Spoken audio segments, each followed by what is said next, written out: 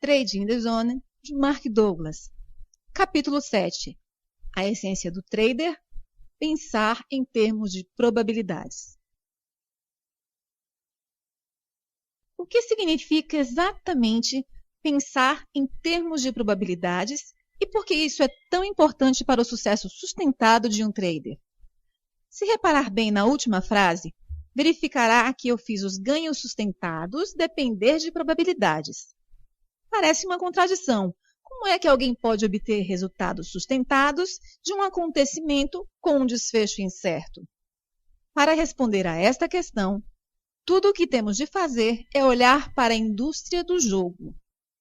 As empresas ligadas ao jogo gastam somas avultadas de dinheiro, na casa das centenas de milhões, se não dos milhares de milhões de euros, em hotéis sofisticados para atrair clientes para os seus cassinos. Se já esteve em Las Vegas ou em Macau, sabe exatamente do que estou a falar.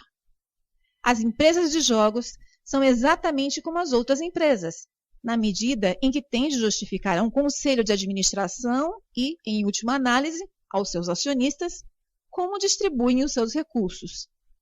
Como é que acha que justificam gastar tanto dinheiro em hotéis luxuosos e cassinos, cuja função principal é gerar lucros de um acontecimento que tem um desfecho puramente aleatório? Primeiro paradoxo: desfecho aleatório, resultados sustentados. Ora, aqui está um paradoxo interessante.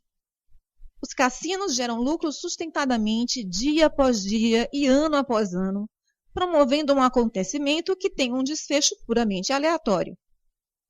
Simultaneamente, a maioria dos traders acredita que o comportamento do mercado não conduz a desfechos aleatórios, embora não consigam gerar lucros sustentados com tanta facilidade. Não deveria um desfecho não aleatório produzir resultados sustentados e um desfecho aleatório produzir resultados não sustentados? Aquilo que os proprietários dos cassinos, os jogadores experientes e os melhores traders percebem é que os acontecimentos que têm desfechos aleatórios podem produzir resultados sustentados se as probabilidades de jogarem a seu favor e a sua dimensão for suficientemente grande. O trader menos experiente não consegue perceber isso, ao contrário dos melhores traders, que encaram o trading como uma loteria, semelhante à forma como os cassinos e os jogadores profissionais encaram o jogo. Olhemos, por exemplo, para o blackjack. No blackjack, os cassinos têm aproximadamente uma vantagem de 4,5% sobre o jogador, com base nas regras do jogo aceitas pelos jogadores. Isso significa que, no universo de todos os jogadores, o cassino irá gerar lucros líquidos de 4,5 cêntimos para cada euro apostado no jogo. Esta média de 4,5 cêntimos tem em conta todos os jogadores, os que perderam muito e todos os outros. Ao fim de um dia, uma semana, um mês ou um ano, o cassino arrecada sempre para si aproximadamente 4,5% do valor total jogado.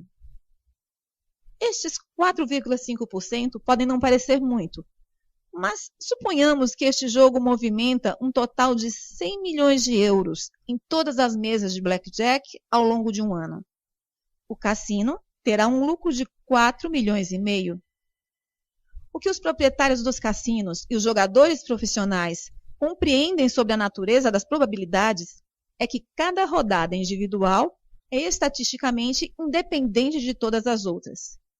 Isso significa que cada rodada individual é um acontecimento único, em que o desfecho é aleatório em relação à última e à próxima rodada.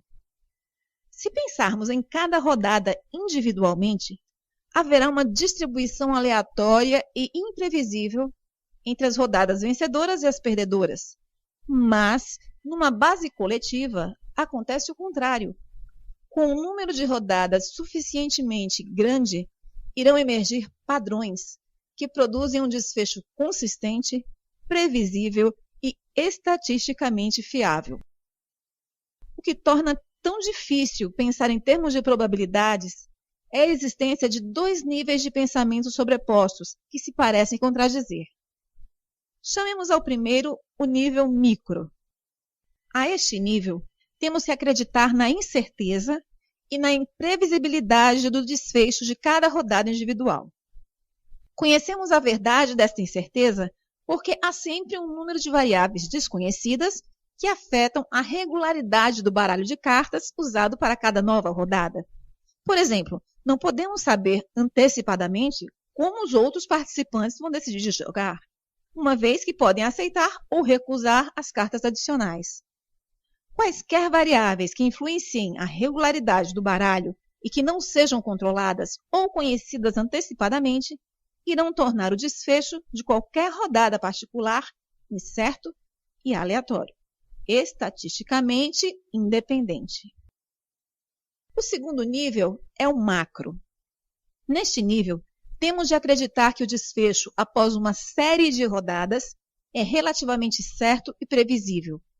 O grau de certeza baseia-se nas variáveis fixas ou constantes, que são conhecidas antecipadamente e especificamente concebidas para beneficiar um lado ou outro. As variáveis constantes a que me refiro são as regras do jogo. Assim, muito embora não seja possível saber antecipadamente a sequência de vitórias e derrotas, podemos estar relativamente certos de que, se forem jogadas rodadas suficientes, o lado para quem tenda a vantagem vai acabar com mais vitórias do que derrotas. O grau de certeza depende do modelo inicial patente nas regras do jogo. É a capacidade de acreditar na imprevisibilidade do jogo ao nível micro e, simultaneamente, acreditar na previsibilidade do jogo ao nível macro que torna o cassino e o jogador profissional eficazes e bem-sucedidos naquilo que fazem. A sua convicção quanto à singularidade de cada rodada impede-os de se envolverem no esforço inútil de tentar prever o desfecho de cada rodada individual. Aprendem e aceitam completamente o fato de que não sabem o que vai acontecer a seguir. Mais importante, não precisam de o saber para ganhar dinheiro consistentemente.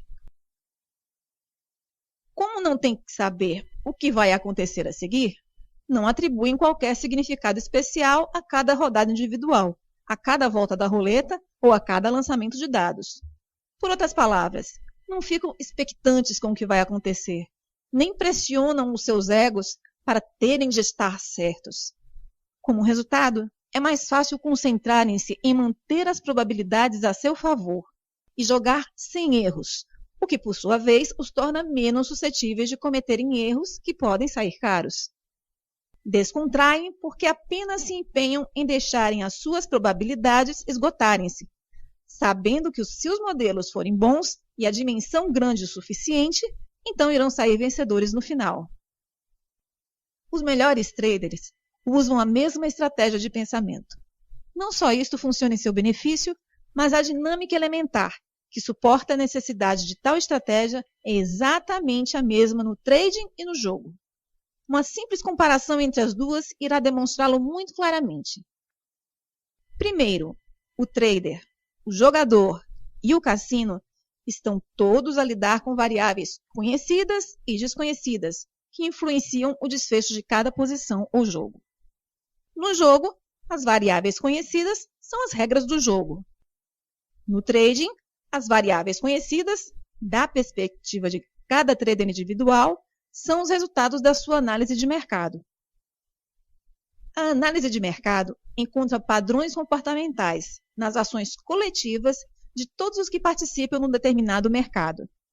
Sabemos que as pessoas irão agir do mesmo modo em condições e circunstâncias semelhantes, repetidamente, produzindo padrões de comportamento observáveis e mensuráveis. Similarmente, grupos de pessoas a interagir uns com os outros, dia após dia, semana após semana, também produzem padrões comportamentais que se repetem. Estes padrões comportamentais coletivos podem ser descobertos e subsequentemente identificados usando ferramentas analíticas, como as linhas de tendência ou os osciladores, por exemplo, que estão disponíveis para qualquer trader. Cada ferramenta analítica recorre a um conjunto de critérios para definir os limites de cada padrão comportamental identificado. O conjunto de critérios e os limites identificados são as variáveis de mercado conhecidas pelo trader. Estão para o trader individual, como as regras do jogo estão para o cassino e para o jogador. Quero com isto dizer que as ferramentas analíticas do trader são as variáveis conhecidas, que determinam as probabilidades de sucesso de qualquer trade específico, do mesmo modo que as regras do jogo determinam as probabilidades de sucesso a favor do cassino. Segundo, sabemos que no jogo algumas variáveis desconhecidas influenciam o desfecho de cada jogo. No blackjack, desconhece-se a ordem do baralho, o modo como os jogadores escolhem jogar na sua vez.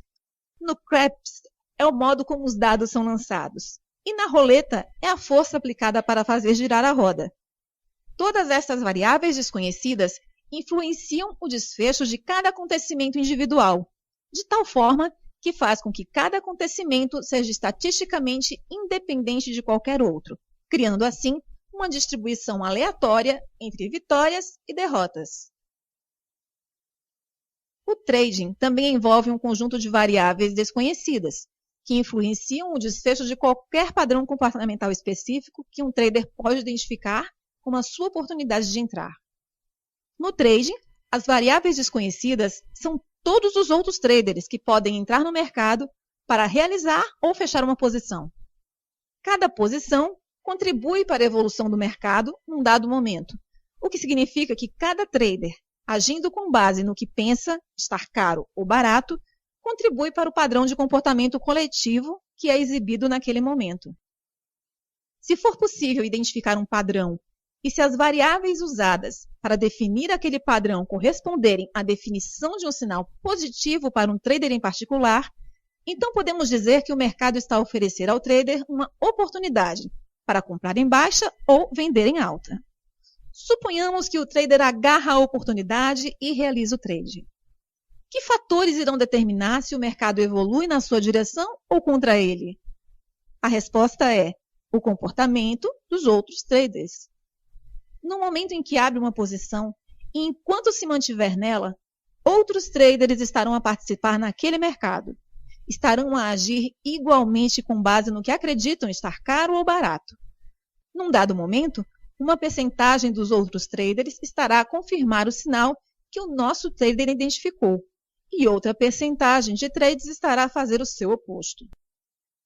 Não há forma de saber antecipadamente como todos os outros traders se irão comportar e como o seu comportamento irá influenciar o nosso trade, pelo que o seu desfecho é incerto. O fato é que o desfecho de qualquer trade é sempre influenciado pelo comportamento subsequente de outros traders ativos no mercado, tornando incerto o desfecho de todos os trades. Como todos os trades têm um desfecho incerto, então, tal como no jogo, cada posição tem de ser estatisticamente independente do trade seguinte, do último trade ou de quaisquer trades no futuro, embora o trader possa usar o mesmo conjunto de variáveis conhecidas para identificar a sua oportunidade. Além disso, se o desfecho de cada trade for estatisticamente independente de todos os outros, também tem de haver uma distribuição aleatória entre ganhos e perdas em uma determinada sequência ou num conjunto de trades, embora as probabilidades de sucesso para cada trade possam jogar a favor do trader. Terceiro, os proprietários dos cassinos não tentam prever ou saber antecipadamente o desfecho de cada acontecimento. Para além de que, seria extremamente difícil, dadas as variáveis desconhecidas em cada jogo. Tal não é necessário para criar resultados consistentes.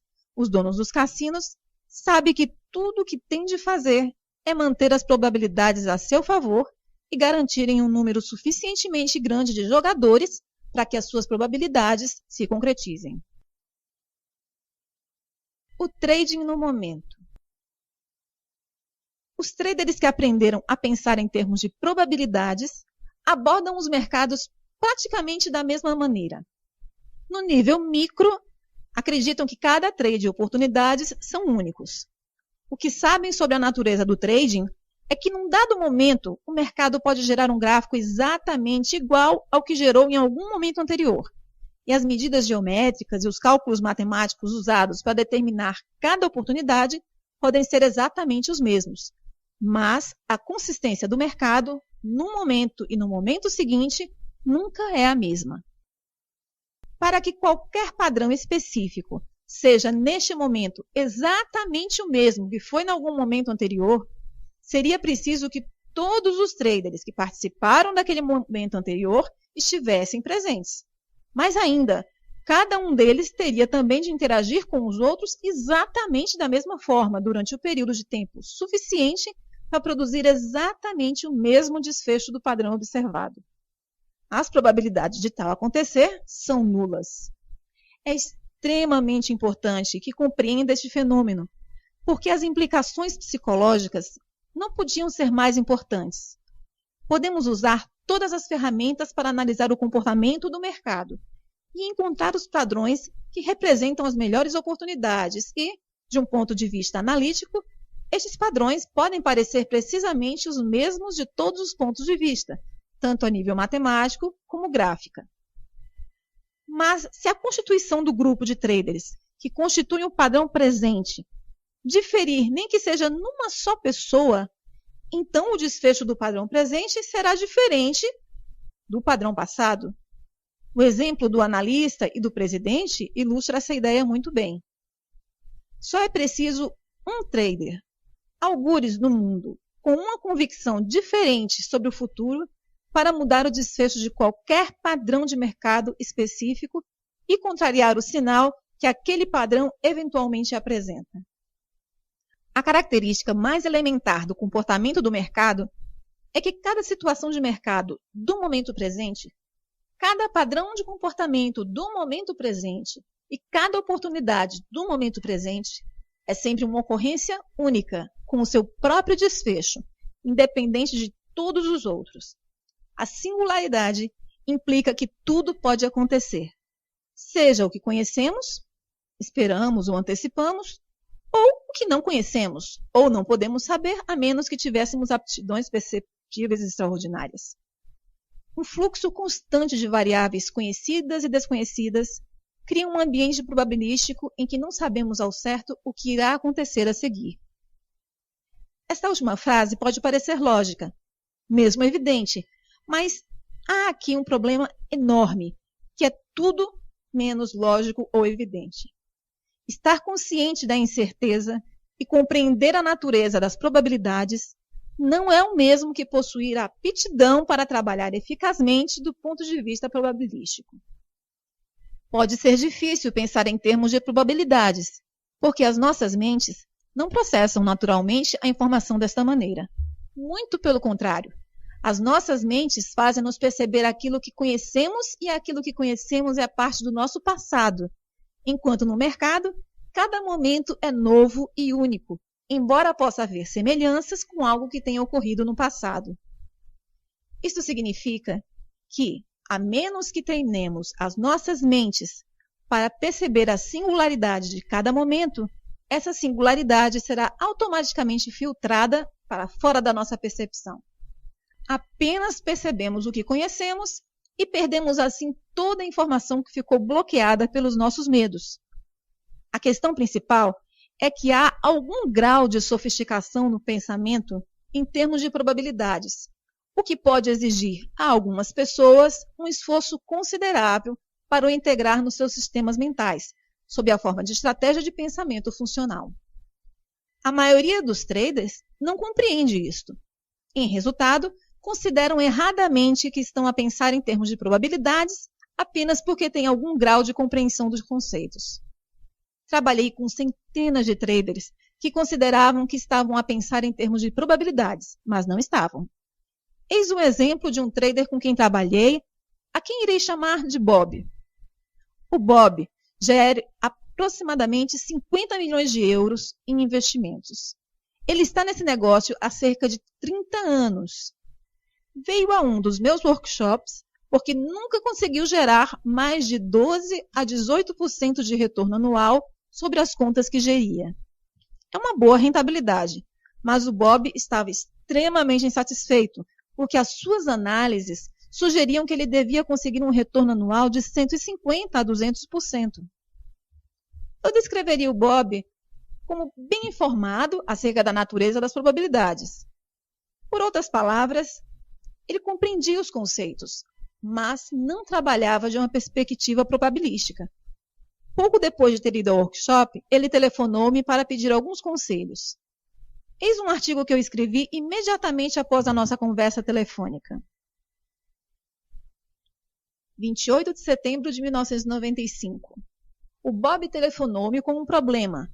Ele abriu uma posição no mercado e definiu um stop. O mercado fez cerca de 1/3 do caminho na direção do seu stop e depois inverteu até o seu ponto de entrada, onde ele decidiu abandonar a posição.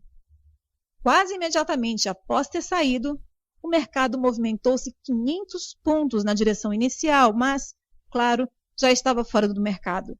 Ele não percebeu o que se passou. Primeiro perguntei-lhe qual era o seu risco. Ele não percebeu a pergunta. Partiu do princípio que tinha aceito um risco, pois deu uma ordem de stop. Respondi que só por ter dado uma ordem de stop não significa que tivesse aceitado o risco do trade. Há muitas coisas que podem estar em risco. Perder dinheiro, errar, não ser perfeito, etc. Dependendo da motivação de cada pessoa para o trading. Salientei que as convicções de uma pessoa são sempre reveladas pelas suas ações. Podemos partir do princípio que ele estava convicto de que, para ser um trader disciplinado, teria de definir o risco e definir um stop. E assim fez.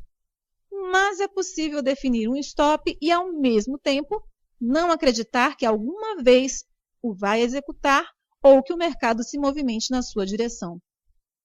Pelo modo como descreveu a situação, pareceu-me que tinha sido exatamente isto que lhe tinha acontecido.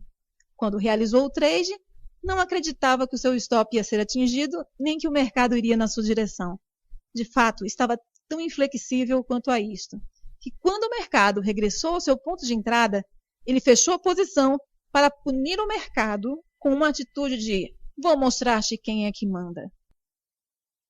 Depois de eu lhe ter chamado a atenção para isto, ele disse que esta fora exatamente a atitude que teve quando fechou a posição. Disse que tinha estado à espera desse trade durante semanas e quando o mercado finalmente o permitiu, ele pensou que iria imediatamente inverter. Respondi, lembrando-o que devia olhar para essa experiência como reveladora do caminho para algo que ele tem de aprender. Um pré-requisito para pensar em termos de probabilidades é aceitar o risco, porque se assim não for, não iremos enfrentar a hipótese de não o aceitar, se e quando ele se concretizar. Quando tiver treinado a sua mente para pensar em probabilidades, significa que aceitou completamente todas as hipóteses, sem resistência ou conflito interno, e que se esforça para ter em conta as forças desconhecidas. Pensar deste modo é praticamente impossível, a menos que tenha feito o trabalho mental necessário para deixar de pensar na necessidade de saber o que vai acontecer a seguir ou na necessidade de acertar em cada trade. De fato, o grau com que pensa que sabe, parte do princípio que sabe ou, de alguma maneira, acredita que sabe o que vai acontecer a seguir, é equivalente ao seu grau de fracasso como trader. Os traders que aprenderam a pensar em termos de probabilidades estão confiantes no seu sucesso, porque empenham-se em agarrar cada trade que corresponda à oportunidade que identificam. Não selecionam cuidadosamente as oportunidades, pois partem do princípio ou acreditam que vão funcionar. Nem evitam as oportunidades que, seja por que razão for, partem do princípio ou acreditam que não irão funcionar. Se o fizessem, estariam a contrariar a sua convicção de que a situação do momento presente é sempre única, criando uma distribuição aleatória entre ganhos e perdas. Aprenderam arduamente que não sabem antecipadamente quais as oportunidades que irão funcionar e quais as que não irão. Deixam então de tentar prever desfechos e descobrem que, ao agarrar todas as oportunidades, estão a aumentar o volume dos seus trades, o que, por sua vez, aumenta a probabilidade de terem um desfecho favorável, tal como nos cassinos. Por outro lado, Porque pensa que os traders que não são bem-sucedidos são obcecados com a análise de mercado. Eles anseiam pela sensação de certeza e segurança que a análise lhes parece dar. Embora poucos o admitam, a verdade é que o trader comum quer acertar em todos os trades. Tenta desesperadamente criar certezas onde ela simplesmente não existe. A ironia é que se ele aceitasse completamente o fato de que a certeza não existe, iria criar a certeza porque anseia. Iria ter a certeza de que a certeza não existe. Quando se aceita a incerteza de cada posição e a singularidade de cada momento, termina nossa frustração com o trading. Além disso, deixamos de estar vulneráveis aos erros que reduzem a nossa capacidade de sermos consistentes e destroem a nossa autoconfiança. Por exemplo, não definir o risco antes de abrir uma posição é de longe o mais comum de todos os erros de trading. Considerando o fato de que tudo pode acontecer, não faria sentido determinar como o mercado tem de estar antes de executar um trade para saber se a sua oportunidade está a funcionar ou não. Assim, por que é que o trader comum não decide fazê-lo ou fazê-lo sempre? Já dei a resposta no capítulo anterior, mas há mais a dizer sobre isto e também há uma lógica complicada envolvida. No entanto, a resposta é simples. O trader comum não predefine o risco ao abrir uma posição porque acredita não ser necessário. E acha que não é necessário porque acredita que sabe o que vai acontecer a seguir. E a razão por que acredita que sabe o que vai acontecer a seguir é porque não abre uma posição até estar convencido de que está certo. No ponto em que estiver convencido que o trade será ganhador, já não é necessário definir o risco, porque se ele está certo, deixa de haver risco. Os traders comuns fazem o exercício de se convencerem que estão certos antes de abrirem uma posição, porque a alternativa, estar errado, é simplesmente inaceitável. Lembre-se que as nossas mentes estão programadas para associar. Em resultado disso, estar errado em qualquer trade específico pode estar associado a qualquer outra experiência na vida de um trader em que tenha errado. A implicação é que qualquer trade pode facilmente lançá-lo para a angústia acumulada de todas as vezes em que ele já esteve errado ao longo da sua vida. Dada a enorme acumulação de energia negativa por resolver que existe na maioria das pessoas a envolver o significado de estar errado, é fácil perceber por que é que cada trade pode literalmente adquirir um significado de uma situação de vida ou de morte. Assim, para o trader comum determinar como o mercado tem de parecer ou soar para lhe dizer que um trade não está a funcionar, iria criar um dilema irreconciliável. Por um lado, ele quer desesperadamente ganhar, e a única forma de ganhar é participando. Mas a única forma de participar é se tiver a certeza de que o trade vai ser bom. Por outro lado, se ele definir o risco, está a reunir deliberadamente argumentos que vão negar algo do que já se tinha convencido. Ele estará a contrariar o processo de tomada de decisão que implementou para se convencer a si mesmo que o trade irá funcionar. Se se expusesse às informações contraditórias, tal iria gerar dúvidas sobre a viabilidade do trade. Se se permitir duvidar, é muito improvável que entre. Se não abrir uma posição e esta se revelar ganhadora, ficará numa extrema agonia. Para algumas pessoas, nada magoa mais do que uma oportunidade perdida devido à insegurança. Para o trader comum, a única saída deste dilema psicológico é ignorar o risco e continuar convencido que o trade é bom. Se esta situação lhe parece familiar, pense nisto. Quando se está a convencer a si mesmo que está certo, o que está a dizer a si próprio? Eu sei quem está neste mercado e quem está prestes a entrar, sei o que pensam. Além disso, conheço a capacidade de cada um para agir e com esta informação sou capaz de determinar como as ações de cada uma dessas pessoas irá afetar o movimento dos preços coletivos daqui a 1 segundo, 1 minuto, 1 hora, 1 dia, 1 semana.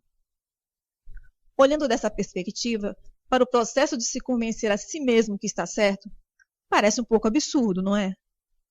Para os traders que aprenderam a pensar em termos de probabilidades, não há dilema. Predefinir o risco não levanta problemas a estes traders, porque não fazem trading de uma perspectiva do certo ou errado. Aprenderam que o trading não tem nada a ver com estar certo ou errado. Em resultado, não sentem os riscos do trading da mesma maneira que os traders comuns. Qualquer um dos melhores traders, os que pensam em termos de probabilidades, pode ter tanta energia negativa em torno do significado de estar errado quanto o trader comum. Mas desde que definam legitimamente o trade como um jogo de probabilidades, as suas reações emocionais ao resultado de qualquer trade são equivalentes ao modo como o trader comum se iria sentir ao atirar ao ar uma moeda, pedir cara e sair coroa. Uma previsão incorreta, embora para a maioria das pessoas, errar na previsão de sair cara ou coroa não lhes despertará a dor emocional acumulada por todas as vezes nas suas vidas em que estiveram erradas. Por quê? A maioria das pessoas sabe que o resultado de atirar uma moeda ao ar é puramente aleatório. Se acreditarmos que o resultado é aleatório, então esperamos naturalmente um resultado aleatório. A aleatoriedade implica pelo menos algum grau de incerteza. Assim, quando acreditamos num resultado aleatório, há uma aceitação implícita de que não sabemos qual vai ser o resultado. Quando aceitamos antes de um acontecimento que não sabemos como ele irá se desenrolar, essa aceitação tem o efeito de manter as nossas expectativas neutras e sem restrições. Agora estamos a concentrar-nos no âmago daquilo que aflige o trader comum. Qualquer expectativa sobre o comportamento do mercado que seja específica, bem definida ou rígida, em vez de ser neutra e sem restrições, é irrealista e potencialmente nociva. Se cada momento do mercado é único e tudo é possível, então qualquer expectativa que não reflita essas características livres de restrições é irrealista. Gerir as expectativas. Os danos provocados pelas expectativas irrealistas derivam da forma como afetam a nossa percepção da informação. As expectativas são projeções mentais daquilo que, em algum momento futuro, vamos ver, ouvir, saborear ou tocar, e provém daquilo que conhecemos. Não podemos esperar algo que não conhecemos ou de que não temos consciência. Aquilo que conhecemos é equivalente àquilo que aprendemos a pensar acerca das formas como o ambiente externo se pode exprimir. É a nossa versão pessoal da verdade. Quando esperamos que algo aconteça, estamos a projetar para o futuro aquilo que pensamos ser verdade. Estamos à espera que o ambiente externo daqui a 1 minuto, 1 hora, 1 dia, 1 semana ou 1 mês se manifeste da forma como o representamos nas nossas mentes. Temos de ser cuidadosos quanto ao que projetamos para o futuro, porque nada é capaz de criar maior infelicidade e sofrimento emocional do que uma expectativa não correspondida. Quando os acontecimentos se dão exatamente como esperamos, como nos sentimos? A resposta é geralmente muito bem, o que inclui, entre outras, a sensação de felicidade, alegria, satisfação e bem-estar. A menos, é claro, que se concretize algo terrível, porque tenhamos esperado. Inversamente, como nos sentimos quando as nossas expectativas não se concretizam?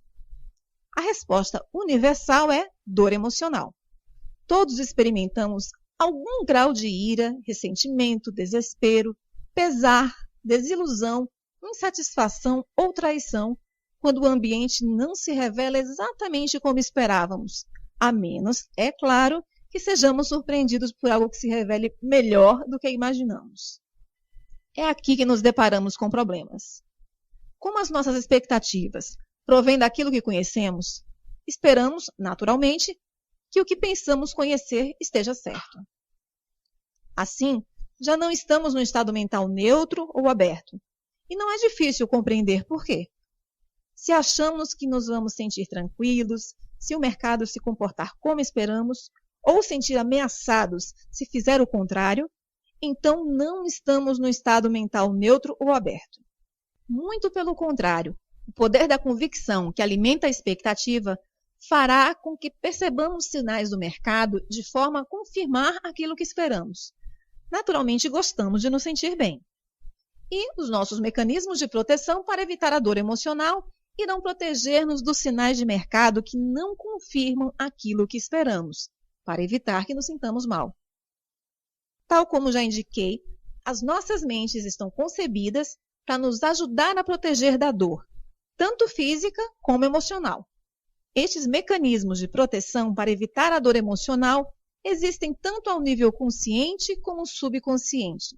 Por exemplo, se um objeto vem na direção da nossa cabeça, reagimos instintivamente para sair do caminho. Baixar a cabeça não exige um processo consciente de tomada de decisão. Por outro lado, se virmos o objeto e tivermos tempo para pensar, podemos decidir apanhar o objeto, afastá-lo com a mão ou baixar a cabeça. Estes são exemplos de como nos protegemos conscientemente da dor física. A maneira como nos protegemos da dor emocional ou mental funciona da mesma forma, exceto que estamos agora a proteger-nos de informação. Por exemplo, o mercado gera sinais que se vai movimentar numa direção específica. Se houver uma diferença entre aquilo que queremos ou esperamos e aquilo que o mercado se prepara para fazer, então os nossos mecanismos de proteção para evitar a dor emocional entram em ação para compensar as diferenças. Tal como a dor física, este mecanismo opera tanto ao nível consciente como subconsciente. Para nos protegermos de informação potencialmente causadora de dor emocional ao nível consciente, racionalizamos, justificamos, arranjamos desculpas, reunimos informação para neutralizar, ficamos irados ou simplesmente mentimos a nós mesmos. Ao nível subconsciente, o processo para evitar a dor emocional é muito mais sutil e misterioso. A este nível, a mente pode bloquear momentaneamente a nossa capacidade de vislumbrar alternativas. Ora, nessa batalha, os nossos mecanismos de proteção conseguem limitar a visão de alternativas, como se não existissem. Para ilustrar este fenômeno, recorro a um exemplo já referido. Estamos num trade em que o mercado se movimenta contra nós. De fato, o mercado criou uma tendência na direção oposta àquilo que esperamos. Normalmente, não teríamos problemas em identificar ou perceber este padrão, não fosse o fato de o mercado estar a se movimentar contra nós. Neste caso, o padrão torna-se irrelevante, invisível, porque é-nos difícil reconhecê-lo. Para evitar a dor emocional, estreitamos o nosso foco e concentramos-nos na informação que nos protege dela, independentemente do quão insignificante ou limitada seja. Entretanto, a informação que indica claramente a presença de uma tendência e a oportunidade de transacionar na sua direção torna-se invisível. A tendência não desaparece na realidade, mas a nossa capacidade de a perceber, sim. Os nossos mecanismos para evitar a dor emocional bloqueiam a nossa capacidade de definir e interpretar o que o mercado está a fazer. A tendência irá então permanecer invisível até o mercado inverter a nosso favor, ou até sermos forçados a sair porque a pressão de perder dinheiro se torna insuportável. Só quando estivermos fora do mercado ou fora de perigo é que a tendência se torna para nós evidente, bem como todas as oportunidades de fazer dinheiro. Este é um bom exemplo de uma percepção tardia. Tudo que noutras circunstâncias seria perceptível torna-se perfeitamente claro para nós após o acontecimento, quando já não há nada do que as nossas mentes tenham de se proteger. Todos conseguimos desencadear mecanismos de proteção para evitar a dor emocional, porque estes decorrem naturalmente do funcionamento das nossas mentes.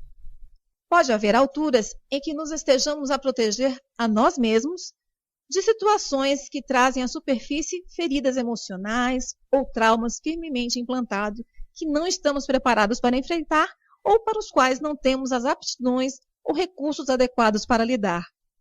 Nestes casos, os nossos mecanismos naturais estão a prestar-nos um bom serviço, pois frequentemente os nossos mecanismos de defesa só nos protegem da informação que indica que as nossas expectativas não correspondem ao que o ambiente nos pode dar.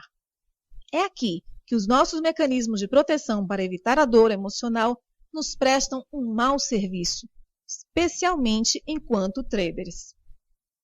Para compreender esta ideia, interrogue-se sobre quais são os sinais de mercado que para si representam uma ameaça. Serão ameaçadores porque o mercado expressa informação com carga negativa enquanto característica inerente à sua existência? Assim, a um nível mais elementar, aparentemente o que o mercado lhe dá a perceber são tiques para cima e tiques para baixo, ou barras ascendentes e barras descendentes. Esses tiques para cima e para baixo formam padrões que representam modelos. Ora, estarão alguns desses tiques, ou padrões por eles formados, carregados com carga negativa? De novo, pode parecer que sim, mas da perspectiva do mercado, a informação é neutra.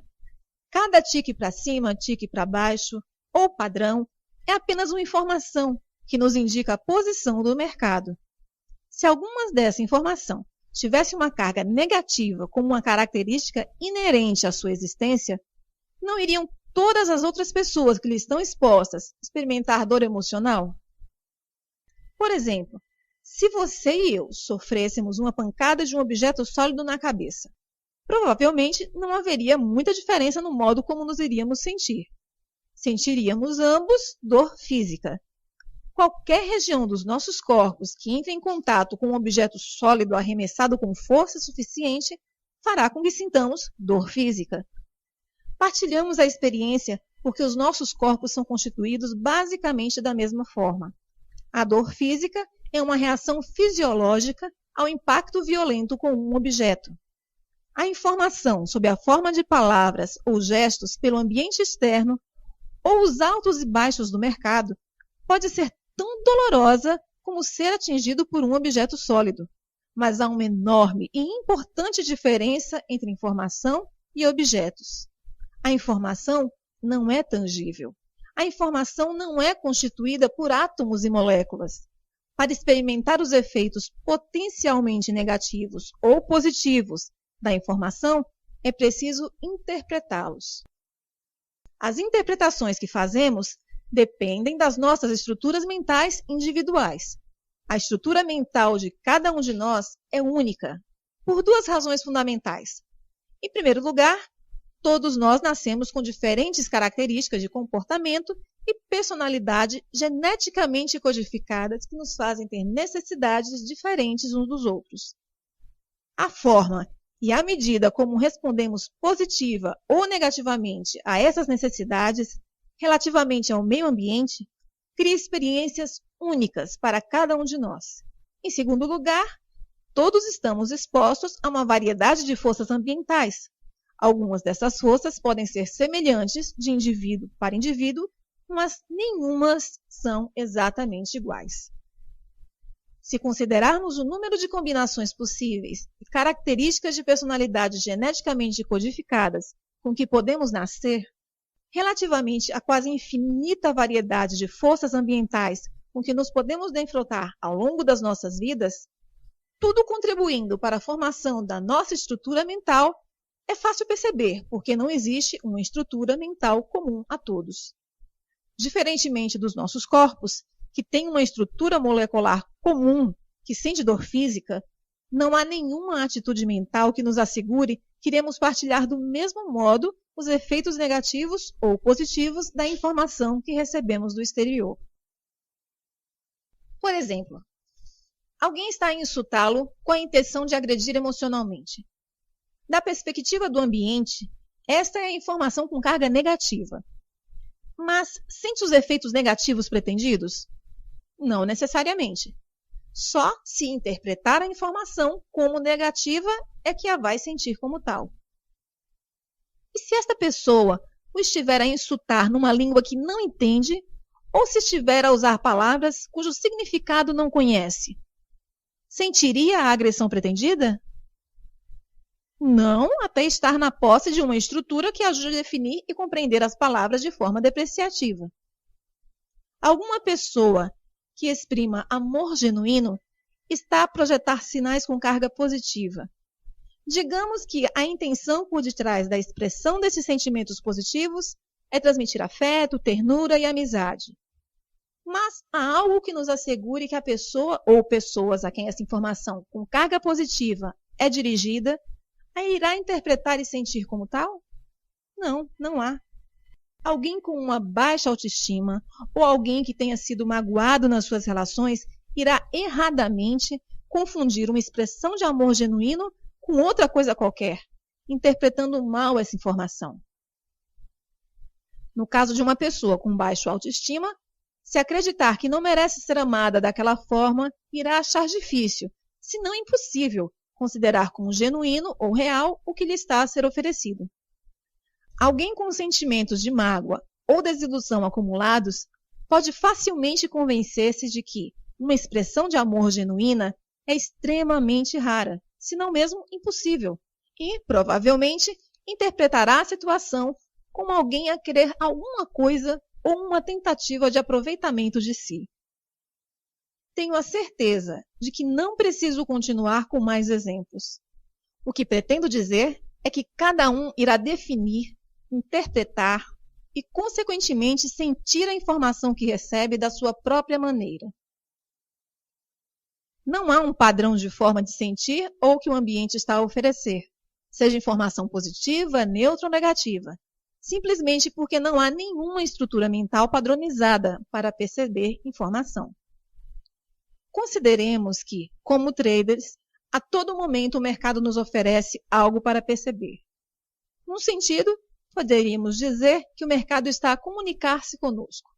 Se partirmos da premissa de que o mercado não gera informação com carga negativa como característica inerente à sua existência, podemos então colocar a seguinte questão: o que faz com que a informação assuma uma qualidade negativa? Por outras palavras, de onde vem exatamente a ameaça? Se não vem do mercado, então tem de vir da forma como definimos e interpretamos os seus sinais. O modo de definir e interpretar a informação está associado àquilo que achamos que sabemos, ou daquilo que acreditamos ser verdade. Se aquilo que sabemos ou em que acreditamos for de fato verdade, e não iríamos acreditar se não o fosse, então, quando nos projetamos para algum momento futuro, sob a forma de expectativa, esperamos naturalmente estarmos certos. Quando esperamos estar certos, qualquer informação que não confirme a nossa versão da verdade torna-se automaticamente uma fonte de ameaça. Qualquer informação que tenha o potencial de ser ameaçadora também tem o potencial para ser bloqueada, distorcida ou a sua importância diminuída pelos nossos mecanismos de proteção para evitar a dor emocional. É esta característica particular na forma como as nossas mentes funcionam que nos podem realmente prestar um mau serviço. Como traders, não nos podemos dar ao luxo de deixar os nossos mecanismos afastar-nos do que o mercado nos comunica acerca das suas oportunidades para entrar, sair, aumentar ou reduzir uma posição só porque segue um caminho que não queremos ou não esperamos. Por exemplo, quando observamos um mercado sem ter a intenção de entrar, alguma subida ou descida faz com que nos sintamos irados, desapontados, frustrados, desiludidos ou traídos? Não. A razão é que não está nada em jogo. Estamos simplesmente a observar a informação que nos diz onde está o mercado naquele momento. Se os altos e baixos que observamos formarem algum tipo de padrão comportamental que identificamos, não o reconhecemos imediatamente. Sim, pela mesma razão. Não está nada em jogo. Não está nada em jogo porque não há expectativa. Não projetou no futuro o que acredita, considera ou pensa saber sobre aquele mercado em um determinado momento no futuro. Em resultado, não há nada para acertar ou errar, pelo que a informação não tem capacidade para ser ameaçadora ou ganhar carga negativa. Sem expectativa específica, não coloca limites ao comportamento do mercado. Sem barreiras mentais, estará disposto a perceber tudo o que aprendeu sobre a natureza e a forma como o mercado se movimenta. Não há nada para os seus mecanismos de proteção para evitar a dor emocional excluírem ou distorcerem para o proteger. Nos meus workshops, peço sempre aos participantes para resolverem o seguinte paradoxo fundamental do trading. De que forma um trader tem que aprender a ser simultaneamente rígido e flexível? A resposta é: temos de ser rígidos nas nossas regras e flexíveis nas nossas expectativas. Temos que ser rígidos nas nossas regras para adquirirmos uma sensação de autoconfiança que nos proteja num ambiente com poucos limites, se é que tem alguns. E temos de ser flexíveis nas nossas expectativas para podermos perceber, com o maior grau possível de lucidez e objetividade, os sinais do mercado. Neste ponto, provavelmente nem é preciso dizer que o trader comum faz exatamente o oposto. É flexível nas regras e rígido nas expectativas. Curiosamente, quanto mais rígida é a expectativa, mais ele tem que adaptar, violar ou quebrar as suas regras para servir a sua relutância em desistir daquilo que quer a favor daquilo que o mercado está a oferecer. Eliminar o risco emocional. Para eliminar o risco emocional do trading, é preciso neutralizar as expectativas quanto ao comportamento do mercado num dado momento ou numa determinada situação. Para o fazer, tem de estar disposto a pensar a partir da perspectiva do mercado. Lembre-se que o mercado comunica com base em probabilidades. Do ponto de vista coletivo, a sua estratégia pode parecer perfeita, mas ao nível individual, cada trader tem potencial para agir como uma força sobre o movimento de preços que contraria o resultado positivo da sua estratégia. Para pensar em termos de probabilidades, temos de criar uma atitude mental coerente com os princípios fundamentais de um ambiente probabilístico. Uma atitude mental probabilística, no contexto do trading, consiste em 5 verdades fundamentais. 1. Tudo pode acontecer. 2. Para ganhar dinheiro, não precisamos saber o que vai acontecer a seguir. 3. Há uma distribuição aleatória entre ganhos e perdas num determinado conjunto de variáveis que definem uma oportunidade. 4. Uma oportunidade não é mais do que uma probabilidade maior da ocorrência de um acontecimento do que outro. 5. Cada momento no mercado é único. Lembre-se que a sua vulnerabilidade para sentir dor emocional vem da forma como define e interpreta os sinais do mercado. Quando adota estas 5 verdades, as suas expectativas irão estar sempre em sincronia com as realidades psicológicas do mercado. Com as expectativas adequadas, irá eliminar a sua disponibilidade para definir e interpretar os sinais do mercado como ameaçadores, e com isso, neutralizar eficazmente o risco emocional do trading. A ideia é desenvolver um estado mental despreocupado, que aceite completamente o fato de que há sempre forças desconhecidas a operar no mercado. Quando tornamos estas verdades partes funcionais do nosso sistema de convicções, a parte racional da nossa mente irá defender essas verdades, do mesmo modo que defende qualquer outra convicção que tenhamos sobre a natureza do trading. Isso significa que, pelo menos a um nível racional, a nossa mente irá defender-se automaticamente da ideia ou do pressuposto de que sabe o que vai acontecer a seguir. É uma contradição acreditar que cada trade é um acontecimento único, com um resultado incerto e aleatório em relação a qualquer outro trade feito no passado, e ao mesmo tempo acreditar que tem a certeza de que sabe o que vai acontecer a seguir e esperar acertar. Se realmente acredita num resultado incerto, então também espera que tudo possa acontecer. Dito de outra forma, no momento em que deixa sua mente agarrar-se à noção de que sabe, deixe de considerar as variáveis desconhecidas. A sua mente não o deixará agir, vendo outras alternativas. Se acredita que sabe, o momento deixa de ser único. Se o momento não for único, tudo passa a ser conhecido, ou seja, deixa de haver algo a descobrir. No entanto, no momento em que deixar de se preocupar com o que não sabe ou não pode saber sobre o mercado em vez de perceber o que o mercado está a oferecer, fica vulnerável a todos os erros típicos de trading.